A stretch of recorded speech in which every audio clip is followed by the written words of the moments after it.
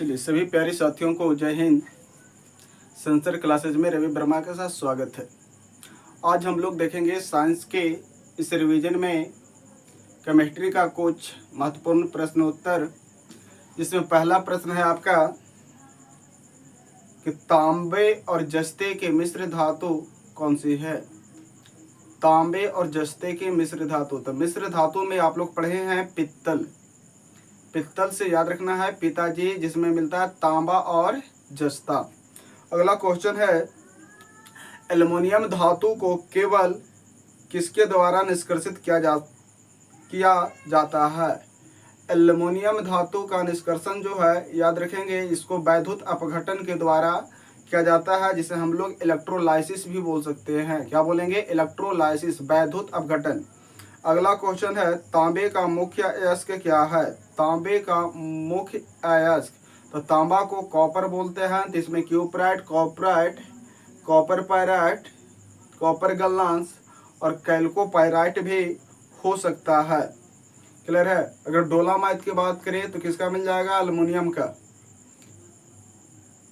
Haematite लोहा का, bauxite aluminium का, क्यूपराइट तांबे का, सिडेराइट लोहा का।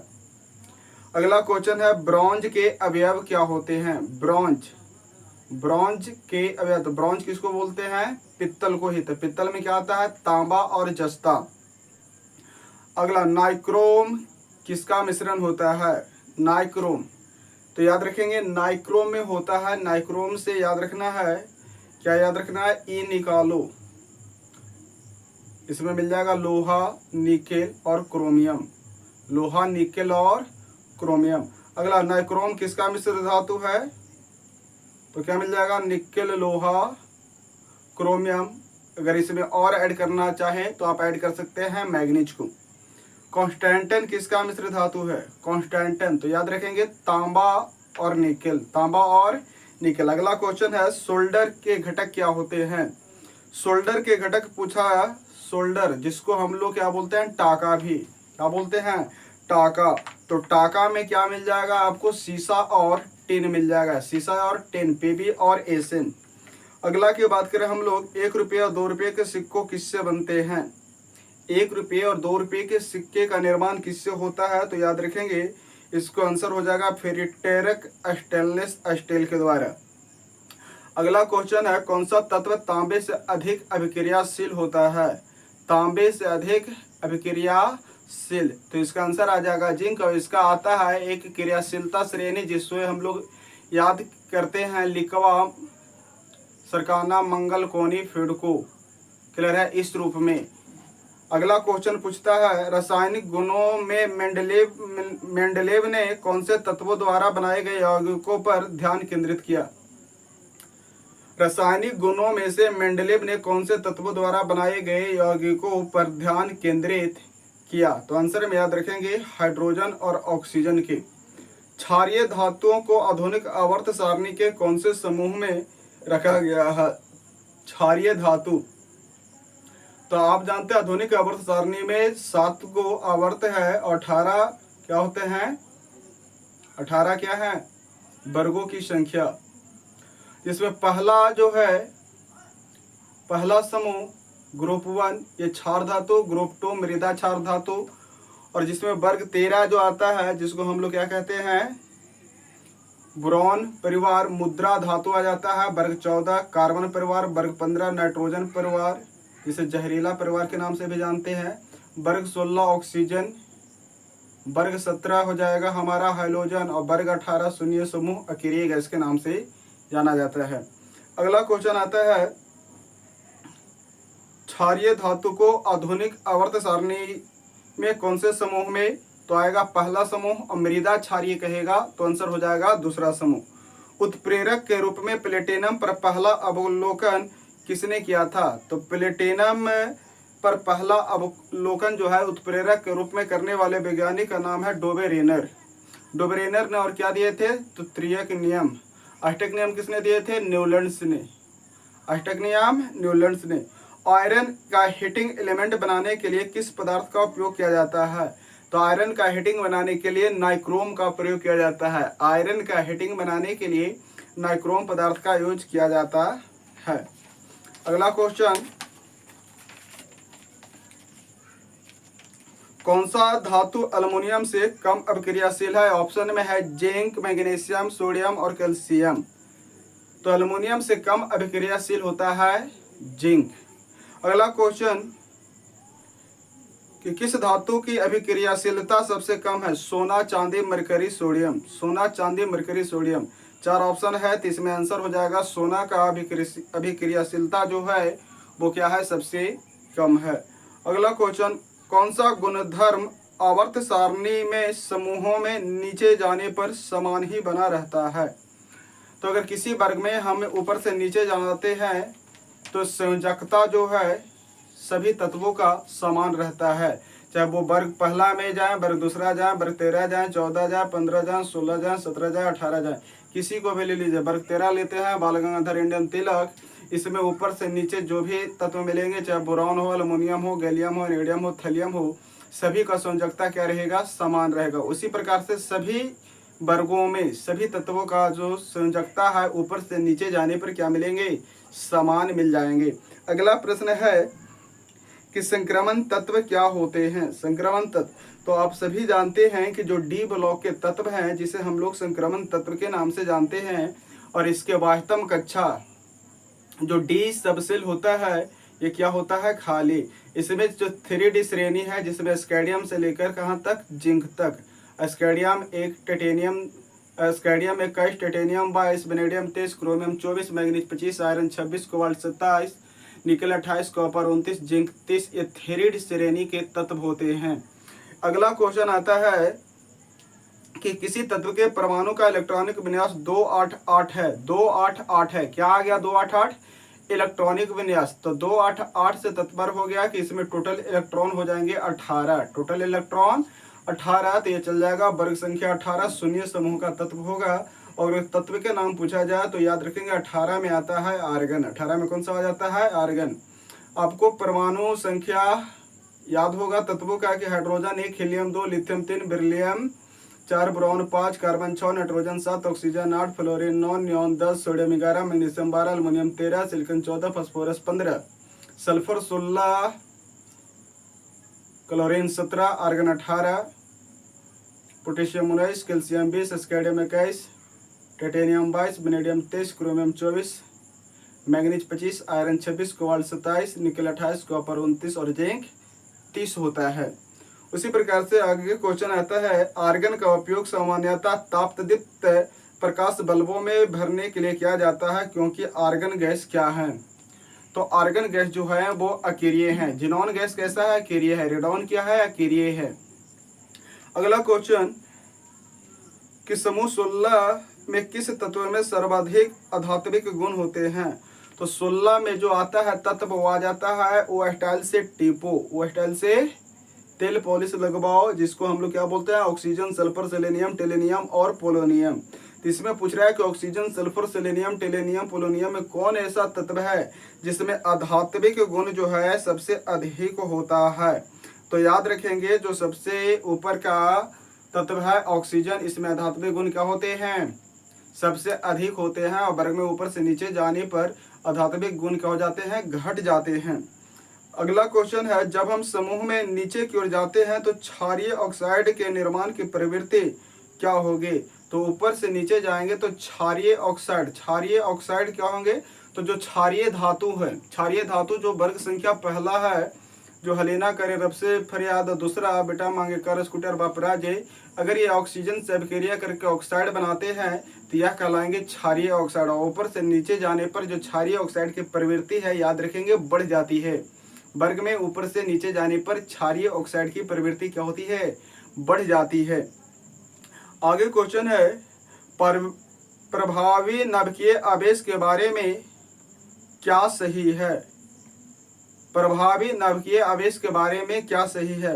तो प्रभावी नाभिकीय आवेश को हम लोग शॉर्ट फॉर्म में EAN, इफेक्टिव एटॉमिक न्यूक्लियर है, ENC इफेक्टिव न्यूक्लियर चार्ज, प्रभावी नाभिकीय आवेश ENC के रूप में जानते हैं। और इसके बारे में क्या जानते हैं कि यह केवल जो है नाभिकीय आवेश पर निर्भर करता है। अगला क्वेश्चन है कि कार्बन का परमाणु संख्या कितना है। तो कार्बन का परमाणु संख्या आप सभी जानते हैं कितना होता है, 6। वर्तमान में ज्ञात कुल तत्वों की संख्या कितनी है। तो वर्तमान में कुल ज्ञात तत्वों की संख्या आती है 118। अगला क्वेश्चन, आधुनिक आवर्त सारणी के समूह 2 में कौन से तत्व शामिल हैं। तो आधुनिक आवर्त सारणी के समूह 2 में आता है बेटा मांगे कर स्कूटर बाप राजी, बेटा मांगे कर स्कूटर बाप राजी। तो क्या हो जाएगा, बेरिलियम, BE से, मांगे से आ जाएगा मैग्नीशियम, CA से आ गया, कार से आ गया कैल्शियम, स्कूटर से ट्रांसिशियम, BA से बैरियम, ORA से रेडियम जैसे तत्व इसमें शामिल हो जाएंगे। अगला क्वेश्चन है कि मेंडलीव के आवर्त सारणी के संबंध में क्या सही है।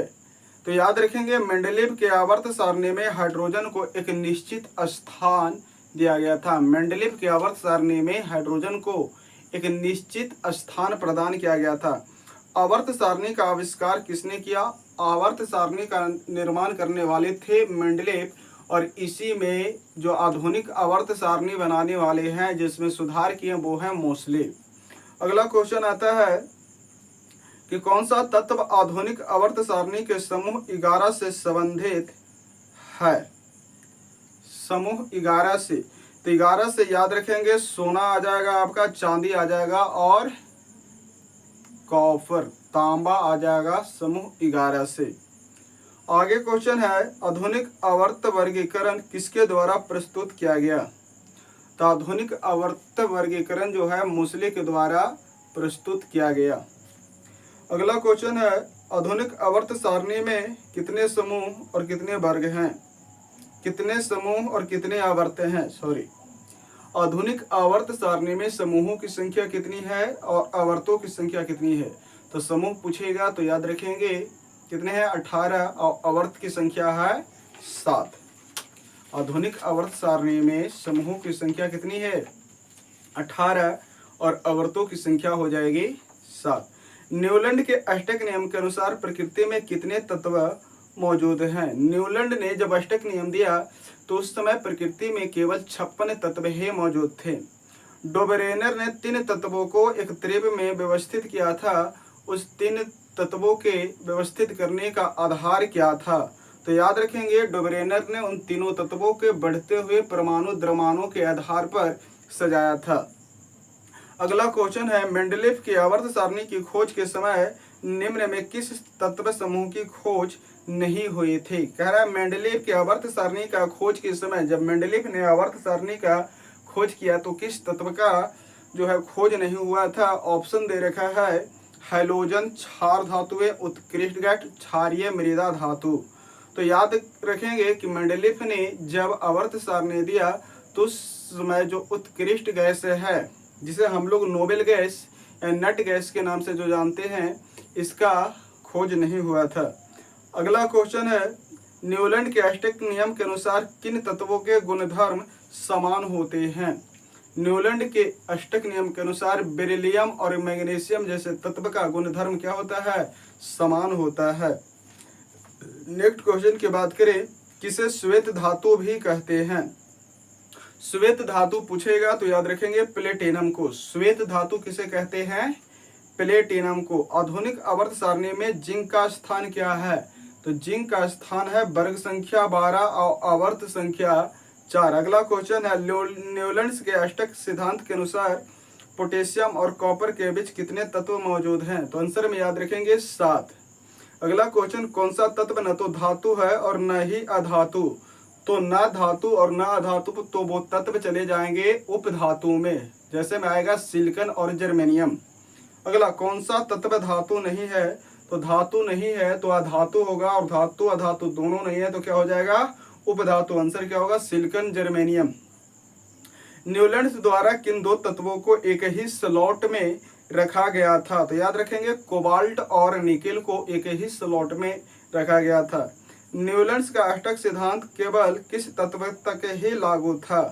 तो याद रखेंगे न्यूलैंड्स का अष्टक सिद्धांत केवल कैल्शियम तक के तत्वों के लिए लागू था। अगला क्वेश्चन है कौन सा तत्व उपधातु है? उपधातु के रूप में याद रखना है सिलिकॉन और जर्मेनियम को। उपधातु के रूप में किसको याद रखना है? सिलिकॉन और जर्मेनियम को। कौन सा धातु द्रव अवस्था में होता है? तो आ जाएगा मरकरी। कौन सा धातु द्रव अवस्था में होता है? ब्रोमीन। किरोसिन तेल में किसे डुबोकर रखा जाता है? तो सोडियम। जल में डुबोकर किसे रखा जाता है? तो फास्फोरस। कार्बन के कितने प्रूफ होते हैं? तो 3, हीरा, ग्रेफाइट, बैकमेंस, फुलेरिन। नेक्स्ट क्वेश्चन है मेंडलीफ ने अपनी आवर्त सारणी में तत्वों को व्यवस्थित करने के लिए किस मौलिक गुण का प्रयोग किया था? मेंडलीफ ने अपनी आवर्त सारणी में तत्वों को व्यवस्थित करने के लिए किस मौलिक गुण का प्रयोग किया था? तो आंसर में याद रखेंगे परमाणु द्रव्यमान। अगला क्वेश्चन कहता है न्यूलैंड्स के अष्टक में हाइड्रोजन, फ्लोरीन, क्लोरीन और ब्रोमीन के साथ समान स्तंभ किसे रखा गया था? तो याद रखेंगे जो कोबाल्ट और निकेल है उसे क्या रखा गया था? न्यूलैंड के अष्टक नियम में समान स्तंभ में रखा गया था। अगला क्वेश्चन है तत्वों के रासायनिक गुणों का अध्ययन करने के लिए मेंडलीफ ने किस 2 तत्वों से बनने वाले यौगिक पर ध्यान केंद्रित किया था? तो हाइड्रोजन और ऑक्सीजन से बनने वाले यौगिक पर। आधुनिक आवर्त सारणी में एक तत्व का इलेक्ट्रॉनिक विन्यास 288 है, वो किस समूह के होंगे? तो वो समूह हो जाएंगे 18।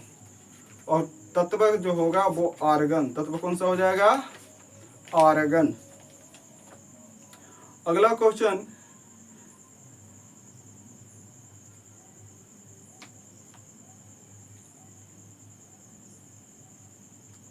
कॉपर का परमाणु संख्या कितना है?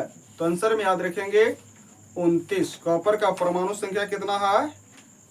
29। अष्टक नियम का खोज किसने किया? न्यूलैंड्स ने। अष्टक नियम का खोज किसने किया? न्यूलैंड्स ने। हथेली पर किसे रखने पर पिघल जाएगा? तो सीजियम और गैलियम। सीजियम और गैलियम जिसे हथेली पर रगड़ देंगे तो पिघल जाएगा। अगला क्वेश्चन लचीला और कोमल क्या होता है? तो लचीला कोमल के रूप में सोना हो सकता है, आपका तांबा हो सकता है। सोना, तांबा, इसमें क्या है? लचीलापन और तन्यता जो है ये ज्यादा होता है। नेक्स्ट क्वेश्चन धातु जो 35 डिग्री सेल्सियस तापमान के ऊपर द्रव अवस्था में रहता है उसका नाम क्या है? तो 35 डिग्री सेल्सियस से ऊपर जो द्रव अवस्था में रहता है वो उसका नाम है पारा और दूसरा का नाम है गैलियम। पहला है पारा, दूसरा है गैलियम।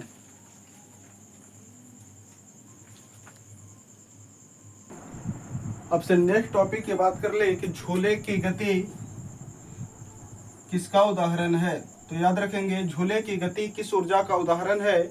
तो गतिज ऊर्जा का उदाहरण है। आपसे पूछ ले कि चलती हुई बस या चलती हुई ट्रेन चलती हुई बस और चलते हुए ट्रेन की गति किस ऊर्जा का उदाहरण है? तो ये भी गतिज ऊर्जा। खेलते हुए खिलाड़ी की गति किस ऊर्जा का उदाहरण है? तो इसका भी आंसर होगा गतिज ऊर्जा। पेंडुलम की गति किस ऊर्जा का उदाहरण है? तो इसका भी आंसर हो जाएगा गतिज ऊर्जा। आगे क्वेश्चन पूछ ले आपसे कि तना हुआ धनुष किस ऊर्जा का उदाहरण है? तो याद रखेंगे स्थितिज ऊर्जा। दबा हुआ गद्दा किस ऊर्जा का उदाहरण है? तो स्थितिज ऊर्जा।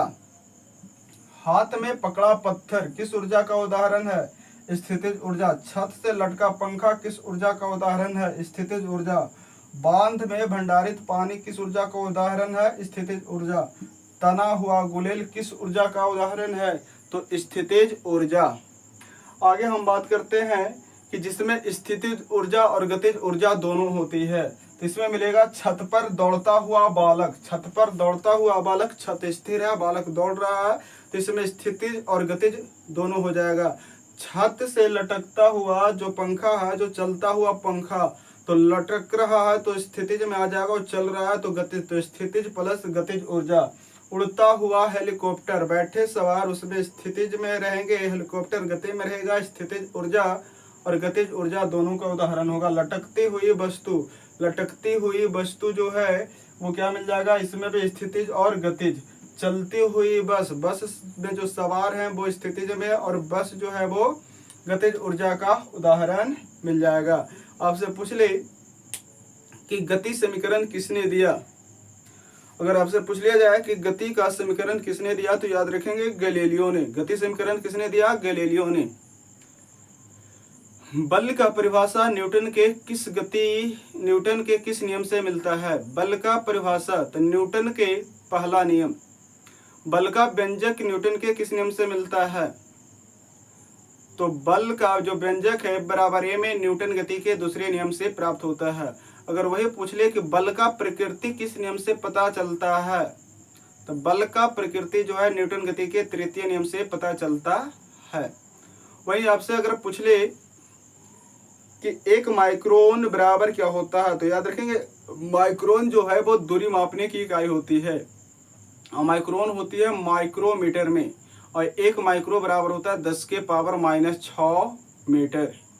अगर आपसे पूछ लिया जाए कि दाब कैसी राशि है, सदिश है कि अदिश, इसका आंसर कमेंट बॉक्स में करके बताएं। अगला आपका क्वेश्चन है, चलिए आप बताएंगे CO2 से सूखा बर्फ बनना। CO2 से सूखा बर्फ बनना कौन सा परिवर्तन है? CO2 से सूखा बर्फ बनना कौन सा परिवर्तन? तो याद रखेंगे भौतिक परिवर्तन।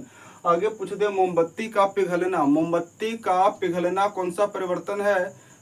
तो आ जाएगा भौतिक परिवर्तन। मोमबत्ती का जल जाना कौन सा परिवर्तन है? तो रासायनिक परिवर्तन। मोमबत्ती का पिघलना भौतिक परिवर्तन। पानी से बर्फ का बनना भौतिक परिवर्तन। पानी का वाष्प बनना भौतिक परिवर्तन। शुष्क बर्फ का ऊर्ध्वपातन होना भौतिक परिवर्तन। कपूर का जलना भौतिक परिवर्तन। लोहे का चुंबकीयकरण होना भौतिक परिवर्तन। भौतिक परिवर्तन क्या है? जिसमें वह पदार्थ जो है बदलता है लेकिन पदार्थ का गुण वही रह जाता है, समान रह जाता है, गुण में कोई परिवर्तन नहीं होता है, तो उसे क्या कहते हैं? भौतिक परिवर्तन। और जब पदार्थ के अवस्थाओं में बदलाव हो जाए और गुणों में भी बदलाव हो जाए तो उसे बोलते हैं रासायनिक परिवर्तन। जैसे दूध से दही का बनना तो क्या हो जाएगा? रासायनिक परिवर्तन। उसी प्रकार से लोहे पर जंग लगना किसका उदाहरण हो जाएगा? रासायनिक परिवर्तन। मक्खन का खट्टा हो जाना रासायनिक परिवर्तन। अगरबत्ती का जलना रासायनिक परिवर्तन। खाने का पचना रासायनिक परिवर्तन। लकड़ी का जल जाना रासायनिक परिवर्तन। दूध से दही का बनना रासायनिक परिवर्तन। प्लेटिनम तार का जलना रासायनिक परिवर्तन। पदार्थों का किण्वन होना रासायनिक परिवर्तन। अगर आपसे पूछ लिया जाए संगमरमर का सूत्र क्या होता है, तो याद रखेंगे CaCO3। धोबिया सड्डा का सूत्र क्या होता है? Na2CO3 × 10H2O। आपसे पूछ दे कि कॉपर का परमाणु संख्या कितना होता है, तो याद रखेंगे 29। उत्कृष्ट गैसें किस समूह में रखा जाता है? तो समूह 18। क्षारीय धातु किस में होते हैं? तो जो वर्ग है पहला। मृदा क्षारीय किस में होते हैं? वर्ग संख्या 2। आज के लिए इतना ही। जय हिंद, जय भारत।